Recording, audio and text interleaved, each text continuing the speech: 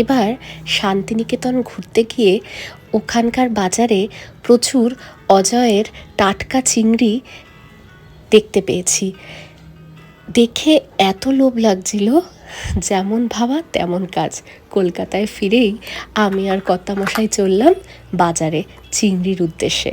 চিংড়ির সাথে সাথে কিছু মাটন, একটু রুই মাছ, সব কিছুই সারা সপ্তাহের জন্য কিনে নিয়ে এসেছিলাম। সেগুলো ধুয়ে তুলে রাখার পালা। চটজলদি চিংড়ি মাছের দো পেঁয়াজা করতে এই স্লাইস করে পেঁয়াজগুলো কেটে নিয়েছি, আর কটা এই কাঁচা পাকা লঙ্কা দিয়ে দেব, আর কিছু টমেটো কুচিয়ে নিয়েছি। কুচনো টমেটো এখানে রেখে দিলাম। চিংড়ি মাছগুলো তো দেখতেই পেলেন, ধুয়ে ঠুয়ে সব রেখে দিয়েছি। ঘরের আবদার চিংড়ির দো পেঁয়াজা, আর সামান্য একটু রসুন। এই রসুনটা হামনদিস্তায় বেটে নেব। রসুনগুলোকে ধুয়ে নিয়েছি, এবার হামনদিস্তায় রসুনগুলোকে একটু বেটে নেব।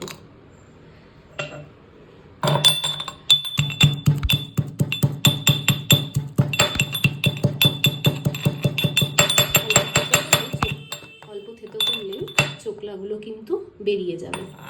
তারপর চোকলাগুলো ছাড়িয়ে আপনি রসুনটা ব্যবহার করতে পারেন। সামান্য আপনার 3টে বা 2টো, যেরকম আপনি ইচ্ছা হবে সেই অনুযায়ী একটু রসুন দিয়ে দেবেন।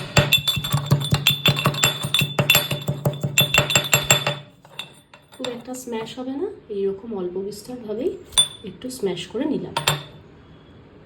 দেখুন, ওই যে গলদা চিংড়িগুলো নিয়েছিলাম সেগুলো একদম ছোট ছোট করে এরকম পিস করে নিয়েছি। 6টা পিসে এরকম ছোট ছোট করে কেটে নিয়েছি। রাত্রিবেলায় আমরা খুব একটা বেশি খাই না, তাই 6টা পিসের উপরেই এরকম ছোট ছোট টুকরো করে কেটেছি। এটাতে স্বাদটা অসাধারণ হয়। এই যে রেসিপিটা আমি করছি, এটা আমার দিদার রেসিপি, ওপার বাংলার। আপনারা চাইলে ট্রাই করে দেখতে পারেন। অসাধারণ খেতে হয় এই চিংড়ির দো পেঁয়াজা, বা আপনারা চিংড়ির রসাও বলতে পারেন।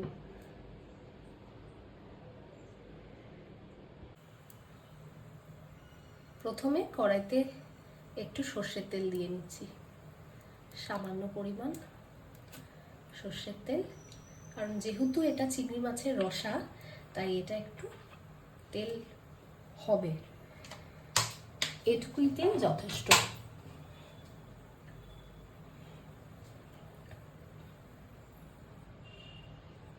ফ্লেমটা কমিয়ে দিলাম। তেলটা গরম হয়ে গেলে এবার একটু সামান্য হলুদ দিয়ে দিলাম।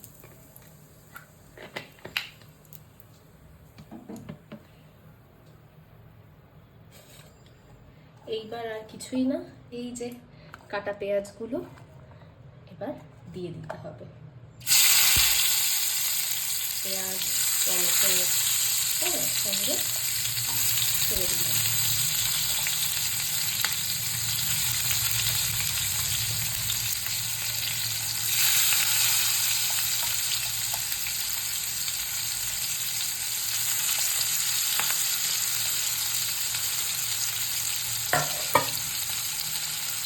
এই যে কাঁচা পাকা লঙ্কাগুলো, এইবার এই লঙ্কাগুলো একটু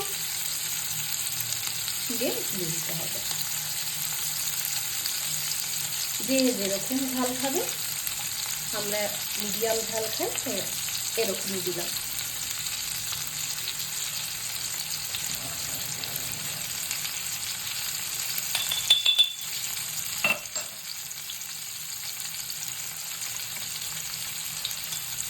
এই যে হামনদিস্তায় বেটে রেখেছিলাম রসুন, সামান্য রসুন দিয়ে দিতে হবে পেস্টটা।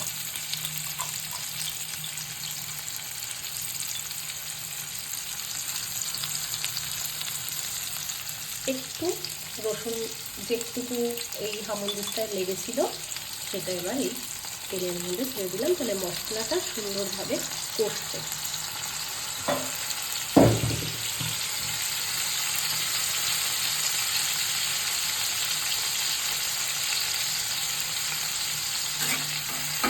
সবাই বলবেন যে ফ্রাইং প্যানে খুন্তি দিয়ে কেন রান্না করা হচ্ছে, তো হাতের কাছে এখন নেই, তাই জন্য খুন্তিটাই করুন, তাই খুন্তিটাই ইউজ করছি।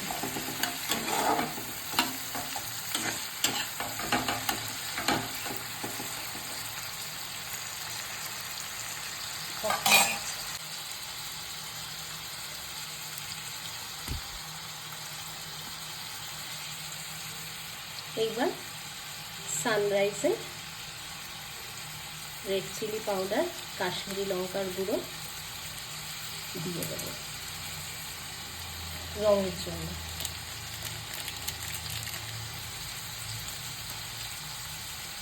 কাটাটা হয়নি।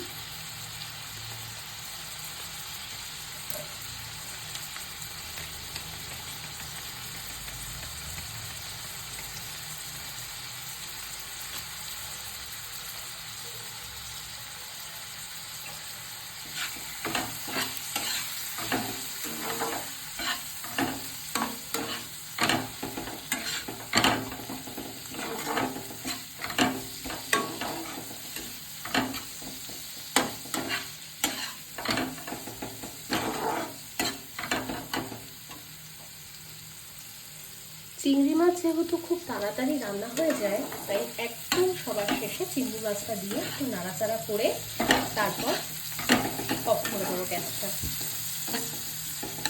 এইবার এখান থেকে একটু তেল ছড়বে, আমি নুন দিয়ে নিই, তাই একটু নুন দিয়ে নিচ্ছি। নুন দিলে এই পেঁয়াজগুলো আর টমেটোগুলো মরে যাবে।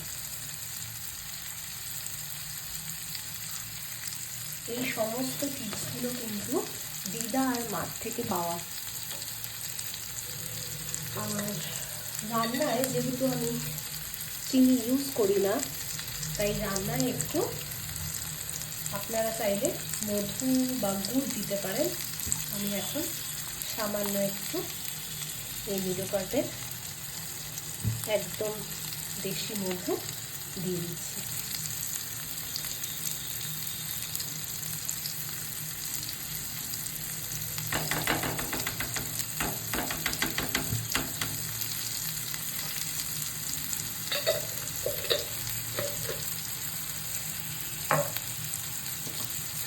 বেশ তেলটা ছেড়ে ছেড়ে এসছে।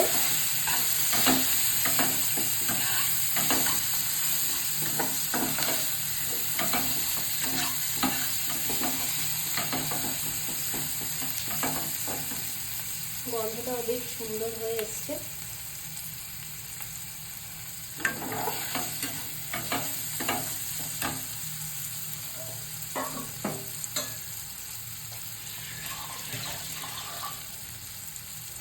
এবার এর মধ্যে সামান্য একটু জল দিয়ে দিতে হবে।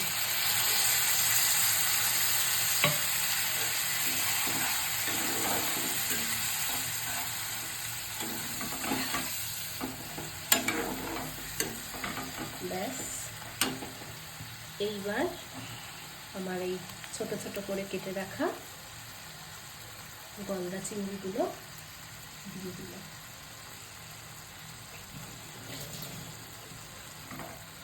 কথায় আছে চিংড়ি মাছ গন্ধে গন্ধে খাওয়া হয়ে যায়, সত্যিই তাই। অল্প একটু চিংড়ি মাছ কিন্তু এর স্বাদ যেখানে পড়ে সেখানে তার দ্বিগুণ হয়ে যায়। সেই কারণে এই চিংড়ি মাছ দিয়ে কিন্তু এক থালা ভাত অনায়াসেই খাওয়া হয়ে যাবে।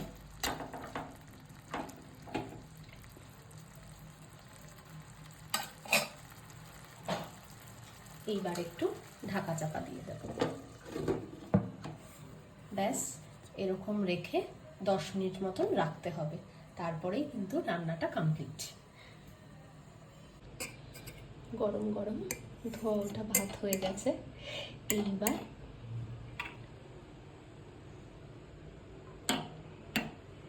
একটু ভাত, রাত্রে আমরা একটু কমই খাই,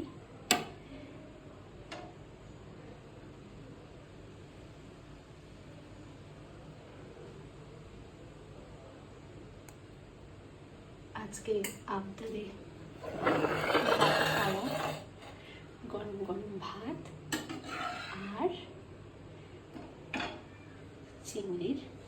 কষা।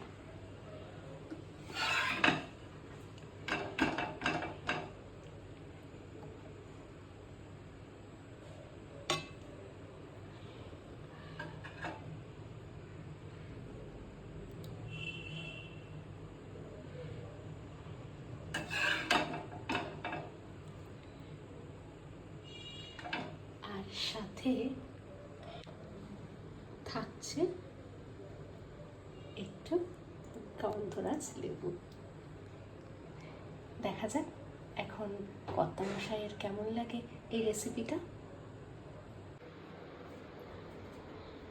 এই যে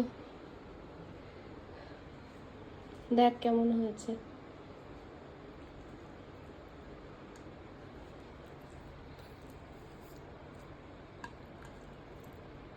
সাইডে একটু নুন দিয়েছি। ভালো, খুব ভালো, খুব ভালো। যাক, তাহলে পাশ করে গেছে তো রান্নাটা। ঠিক আছে, তাহলে এই মা আর দিদার রেসিপিটা জিন্দাবাদ। এনজয়।